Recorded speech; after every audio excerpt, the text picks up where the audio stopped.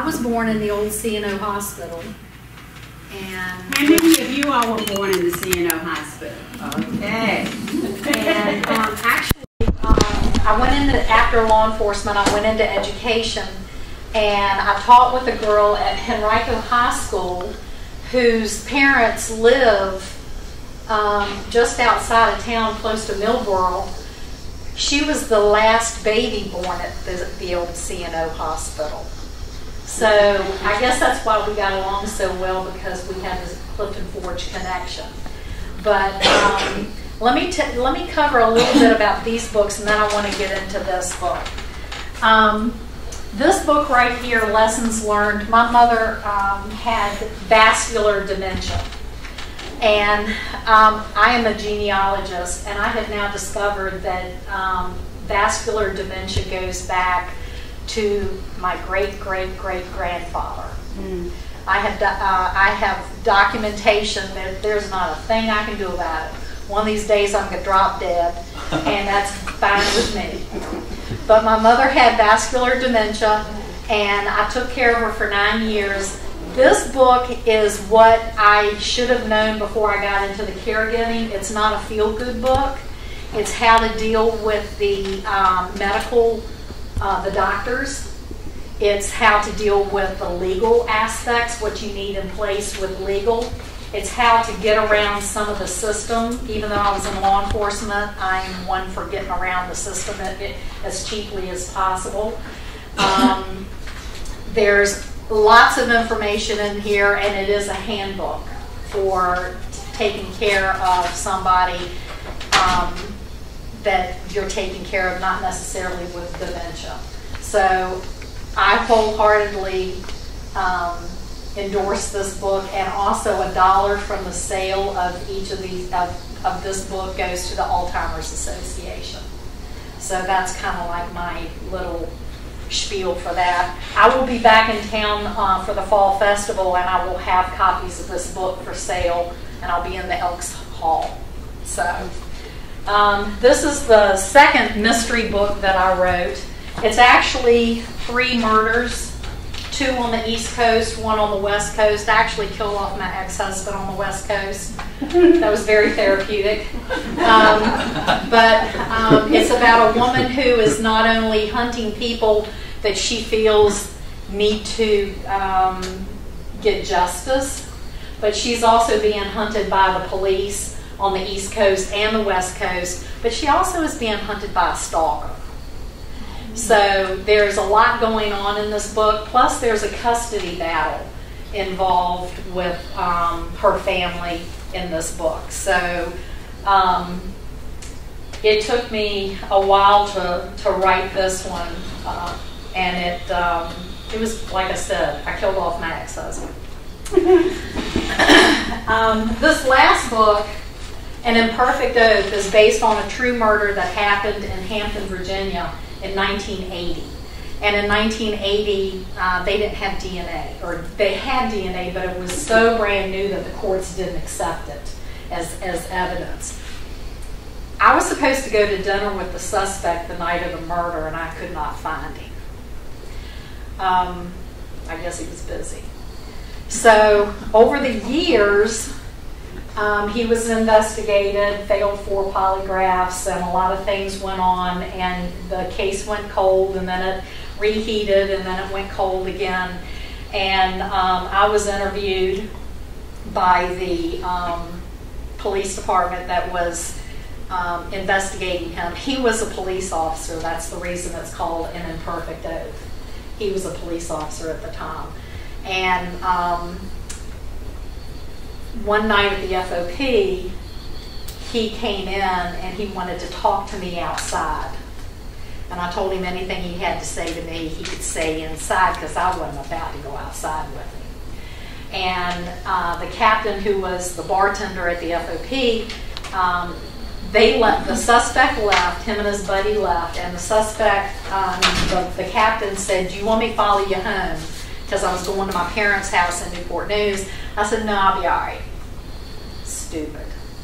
Get out to the main road. Go down. I'm going down the road. He had come in carrying motorcycle helmets, there was a motorcycle that came up beside me, and we were cat and mouse down the main road, and he followed me into my parents' neighborhood.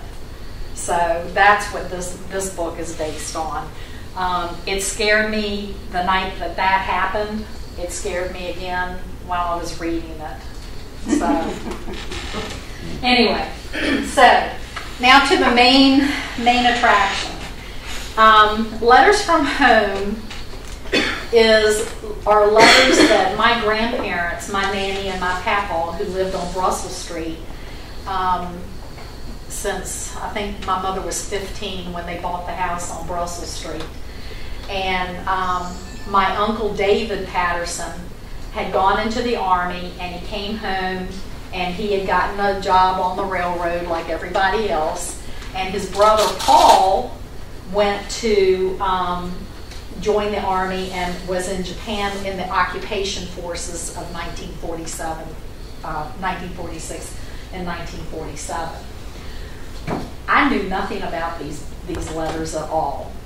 And in 2000, like I said, I'm the family genealogist, and Paul had actually come to me and said, you need to go out to Galveston, Texas, to prove that one of our Patterson relatives actually owns the land that Galveston's sitting on, so I can sue the city of Galveston. And I looked at him and told him he was crazy.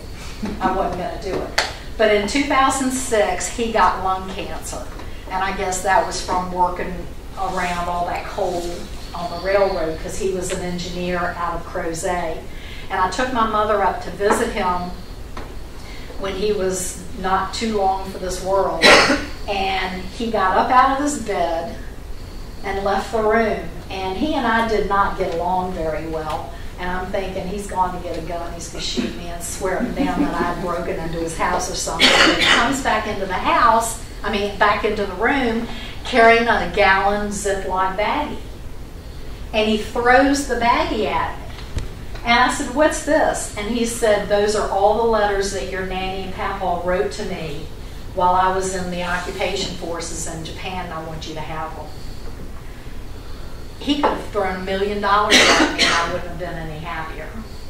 He has no idea the gift that he gave me when he threw that baggie at me.